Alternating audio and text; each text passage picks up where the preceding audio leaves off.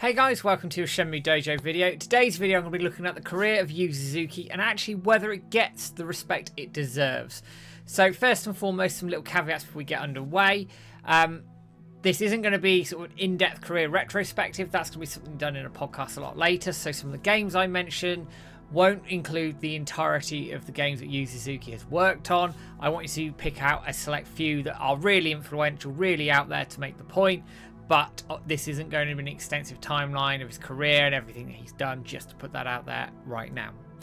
So let's get underway and let's just sort of get started. So first and foremost, everybody knows, certainly watching this channel, who Yu Suzuki is. Obviously the creator of Shenmue, which we all know in wider gaming is considered quite a divisive title. Obviously there's the Shenmue community who love it and know exactly what it's done. There's wider gaming that I don't think necessarily appreciate the impact that it had, but then intrinsically tie Yu Suzuki to only Shenmue and don't look back at his career and actually the amount of influence that he did have and still does to this day in the games that we play even now.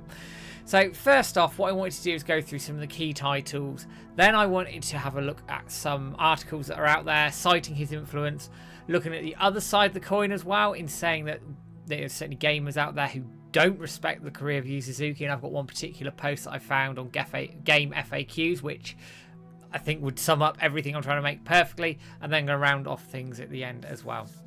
So let's dive into his career timeline. So as I said, this isn't going to be an extensive career timeline, but some key titles. So starting off, first and foremost, 1983, he hits his first title at Sega on the SG-1000, and it's Champion Boxing. Very sort of straightforward boxing title, but it was his first sort of hit at Sega and got his foot in the door when he started there. But then we start going into sort of the more influential stuff. So we're talking sort of the mid-80s now. 1985, Hang On in the arcade with the moving bike, etc. It's the first game to use Sega's super scaling pioneering technology and the motion-based arcade cabinets that then became sort of a mainstay across his titles going forward. Great game, really simple. You race to a clock, get to the end, extend the clock, etc. Later on that year, Space Harrier in the arcade. Later, obviously, we saw much later, we saw Air Twister, which I'll come on to later. 1986, Outrun, another racer with the arcade moving cabinet, absolutely superb. Probably one of the most influential racing games out there. The branching paths and the brilliant soundtrack you can select as you go through. 1987, you had Afterburner with that moving cabinet, which will swing you up and down, left and right. Great game all the same. And that sort of 2D era from 85 to 87, he was massively influential in the games that were coming out there, and arguably some of the most important arcade games of all time. Especially in that era. So moving on to the 90s, you then had sort of the 3D era. So 1992 saw Virtua Racing released in the arcades. Now, there is a school of thought out there. This was the first 3D racer. It wasn't. In 1988, Winning Run was released, and then 1989, Hard Driving came out as well. But what Yu Suzuki did was sort of took that template, expanded upon it, and made that genre his own. So he had this full sort of 3D polygonal arcade racer, which then sort of set the way for the other Model 2 successes. Obviously you had Daytona out there. You then obviously later on had Virtua Fighter because they used some of the technology for the Pitmen to go into Virtua Fighter. Then you have the whole Virtua series that came after it. This was the start of it. Massively influential. The first sort of popular 3D racer, but as I say, there were titles before it. Then 93, now this is where I think a line in the sand really was drawn in terms of pioneering. Virtua Fighter, the first 3D polygonal fighting game. This set the standard. This was the game that was massively groundbreaking in terms of the fighting genre, but also looking at what gaming could do going forward. You didn't have 3D platforms, you had none of it, but you don't get the 3D stuff without this game. This is massively, massively important. And Yu Suzuki was at the head of AM2 at this point. He was pioneering this stuff. Massively influential. Great game as well. The arcade game's brilliant. Ported to Saturn. Had a remix title very much later on. But a great game all the same. And essentially inspired Tekken. You don't have Tekken without Virtua Fighter. That's how important this game is. 94 Virtua Fighter 2. Probably one of, if not the best title in the series, depending on what circles you're in. Better animations, better look, just looks insane. 96, Virtua Fighter 3, the first Model 3 title. Massive jump in visuals between Virtua Fighter 2 and Virtua Fighter 3. Now, when you think it's 3 years between Virtua Fighter 1 and Virtua Fighter 3, and the jump in the visuals, it's insane. Absolutely insane. This introduced a dodge button, and also you had sort of multi-level fighting, sort of slants and things as well within the game. So again, influential, and the visual jump was massive. Then you come on to 1999, Shenmue. I'm not going to say anything more about that. We all know about that here. 2001, Shenmue 2. We all know a lot about that as well. But yes, Shenmue was arguably the first AAA title in terms of the world building, in terms of the soundtrack, all the voiceover, everything about it is still seen in video games today. Yes, some games would have taken bits of it, expanded upon it, taken away some of the bits that maybe weren't so good in Shenmue, but you don't have the sort of AAA stuff without Shenmue and how it happened. So while people may look at Shenmue and go, it's not the game for me and all the rest of it, you can't deny its influence on the games that came after it. It honestly, that was a big moment in gaming, and one that I think you probably had to be there for a little bit to sort of appreciate just what it did. Then, some, I guess, lesser known, I guess, but it's not. 2010, Shenmue City came and went, not a huge amount about it. We did a podcast on that. 2019 obviously saw the release of Shenmue 3 after the massive wait. Obviously came out to a mixed reception, sort of critically. Fans generally were okay with it, but there was obviously an issue with the story content and some other issues with the game. I'm not going to go down that there. 22 saw Air Twister. Later in 2023 came to console and PC. And in 2025, we have just seen the release of Steel Paws across mobile platforms via Netflix Gaming on Android and iOS. He's also credited on other titles such as Virtual Cop, the Sega Race TV that he did in 2007 as a producer, and Sci-Fi, which is a cancelled arcade game using touchscreens, and it got cancelled because the touchscreens were apparently overheating quite a lot. If you wanted to have a quick look at some of the career retrospective, then I do have a very short version of events on the Dojo website. This is being worked on currently. As I say, it's not extensive yet. The aim is to make it extensive as we go through and find the time to do things like that. But this is sort of a brief overview of just how influential he was in my mind in gaming and going forward. But you don't have to take just my word for this. You then need to have a look at people out in the industry who have worked with Yu Suzuki or inspired by his games, and just to see how influential, in my mind, his career was and why it should get the respect that it rightly deserves. So first and foremost, I'm going to talk about Toshihiro Nagoshi. Now, we know he worked on Daytona. He worked very closely with Yu Suzuki on Shenmue as well, essentially being the man to boot it out the door in the nicest possible way, because that project was going all over the place and it needed some focus.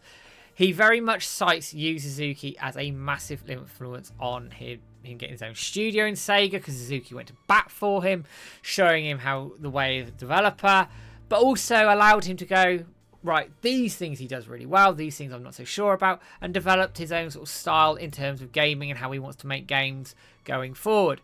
Now, there is a Famitsu article coming up on the screen right now, which will sort of give you the full detail of everything around Nagoshi's career and talking about Yu Suzuki and everything else around it. I will link it in the description below so you can have a look at it at your own leisure as you see fit. So then we move away from Nagoshi, who, as I say, massive, his games now, Yuki's Like a Dragon, are huge. Obviously, he's left Sega, unfortunately, at this point in time. Then we come on to CD Projekt Red and Cyberpunk. Now, Cyberpunk was one of the big flagship titles of the previous generation, released to critical acclaim in some aspects, but a lot of criticism in the state it was released at the time. On PlayStation 5 and PC and Xbox Series X, it was generally okay. And now, with all the updates and everything, it is a bloody good game. Go and play it. But going all the way back to sort of 2019, just on the build-up to the release of this thing, the Cyberpunk official page on Twitter made a tweet and basically thanking Yu Suzuki for making open world a thing.